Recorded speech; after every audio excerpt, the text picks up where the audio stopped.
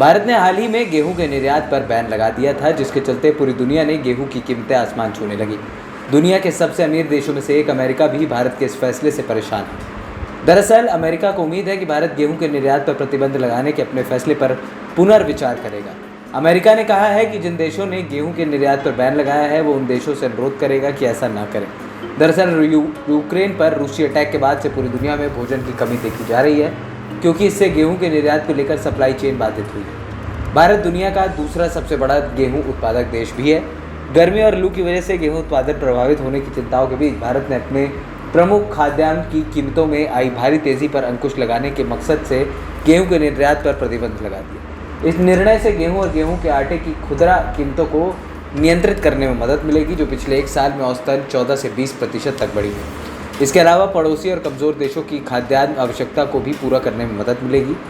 वहीं संयुक्त राष्ट्र में अमेरिका राजदूत लिंडा थॉमस ग्रीनफील्ड ने सोमवार को एक वर्चुअल कॉन्फ्रेंस में कहा कि हमने भारत के फैसले की रिपोर्ट देखी है।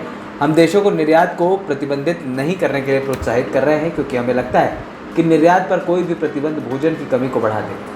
उन्होंने कहा कि लोग भुखमरी की कगार पर खड़े हैं।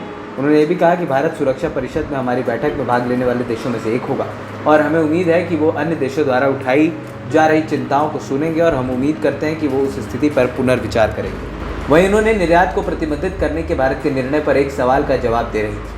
अमेरिकी दूत ने कहा कि यूक्रेन विकासशील दुनिया के एक रोटी की टोकरी हुआ करता था, लेकिन जब से रूस ने महत्वपूर्ण बंदरगाहों को ब्लॉक करना शुरू किया और नागरिक बुनियादी ढांचे और अनाज सिलोस को नष्ट करना शुरू कर दिया, तब से अफ्रीका और मध्य पूर्व में भूख की स्थिति और भी विकट हो गई। उन्होंने कहा कि पूरी दुनिया के लिए एक संकट है और इसलिए ये संयुक्त राष्ट्र का मुद्दा है।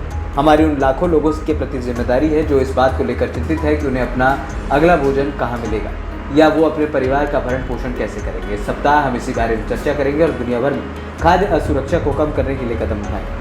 अमेरिका मई महीने के लिए संयुक्त राष्ट्र सुरक्षा परिषद का अध्यक्ष है और रूस यूक्रेन युद्ध जैसे अंतर्राष्ट्रीय संघर्षों की पृष्ठभूमि के खिलाफ सप्ताह खाद्य सुरक्षा पर एक हस्ताक्षर कार्यक्रम की मेजबानी करेगा। ANP टाइम्स के